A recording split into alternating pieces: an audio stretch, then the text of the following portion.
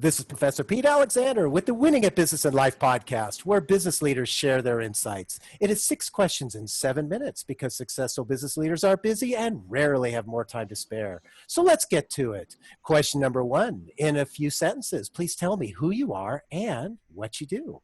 My name is Scott Jeffrey Miller, and I serve as the Executive Vice President of Thought Leadership for the Franklin Covey Company. I'm an author, a podcast host, and host a radio program on iHeartRadio. Scott, it's great to have you on the show. Question number 2, what's the best thing about working in your industry? So I'm in the leadership development industry. So for us, it's about watching leaders transform their skills from perhaps being mediocre or bad leaders to being inspiring leaders, leaving a legacy. So it's great to see people mature into skills that are probably not always innate for people, but can grow and build to impact others around them. Oh, that's so impactful. I love it. Question number 3. I hear from other business leaders that staying in a good work-life balance for them and their team members is a challenge. What's your thoughts? For me, work-life balance is kind of like seasons. Seasons come and seasons go.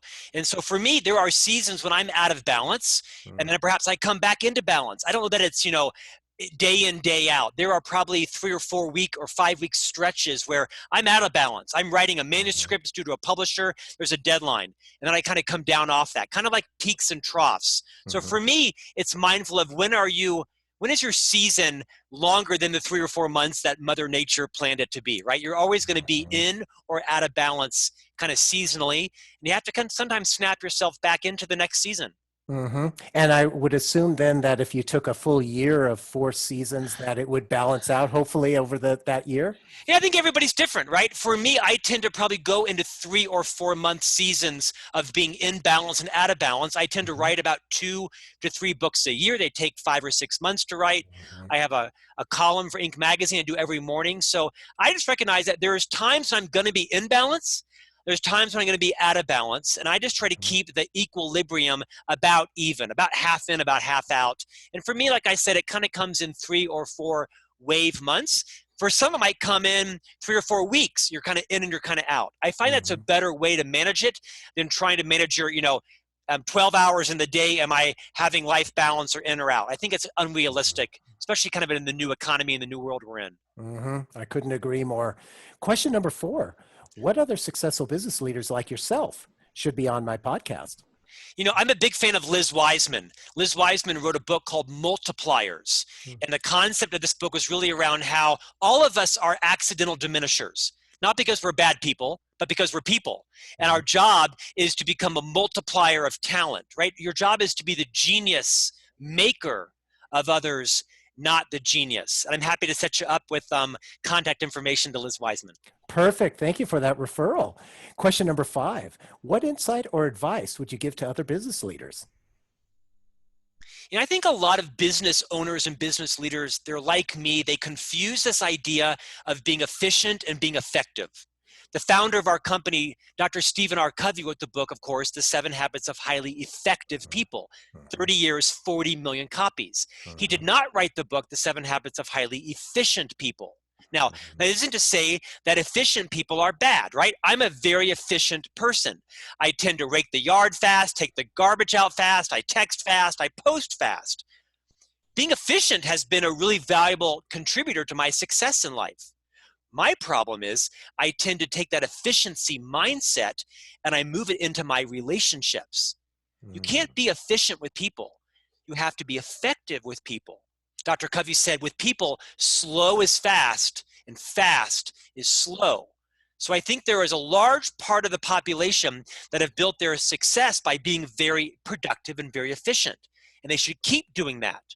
And they should be mindful that when you're working with relationships, which are every organization's most valuable asset, beyond people, it's how people work together, complement each other, forgive each other, pre-forgive each other. You need to slow down and move out of an efficiency mindset into an effectiveness mindset. That is so interesting. I absolutely love that insight. Thank you.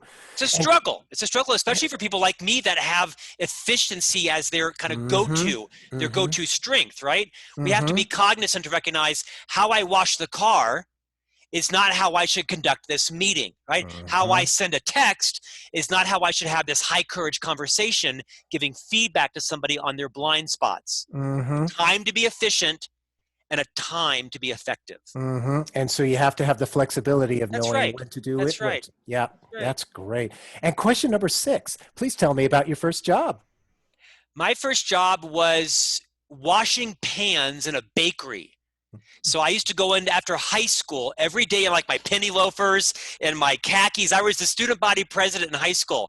I would get on my moped and drive to the Swiss Alpine Bakery. And every day from 3:30 to 5:30, Monday through Friday, I would have a stack of like 8 feet high of these giant bakery pans. My job was to wash them, dry them, and stack them for the night shift. And then I came back every Saturday from 5 a.m.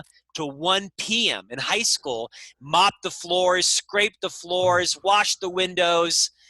I was eating some croissants and petit fours along the way, sneaking a few things here and there. But my first real job was working in a bakery, and it turned into a 6-year full-time ride all the way through college. Wow. Yeah, it gives me memories of when I was a busboy too, and doing, it seemed like the dishes would never stop coming. I Oh know. my gosh. But you learn from that, just as sure I sounds learned like it for you too. discipline. I learned the work ethic. I learned the value of earning $1 I earned to manage my paycheck and not blow it Mhm, Saturday by noon. mhm, And mhm, I hope it's a skill that I'll transfer to the 3 boys that my wife and I have who are, 6, 8, and 10. They're far away from that, but not so far, maybe 4 or 5 years for the oldest. Yeah, Absolutely, and gives them some responsibilities, so it's yeah, great. definitely. Scott, I can't thank you enough for being on the show. How can people find you? My wife says it's hard not to find me these days, and that isn't a compliment. So you can connect to me or follow me on LinkedIn, Twitter, Facebook, Instagram, YouTube. Just Google Scott Miller at Franklin Covey, and I'll bet you I pop up.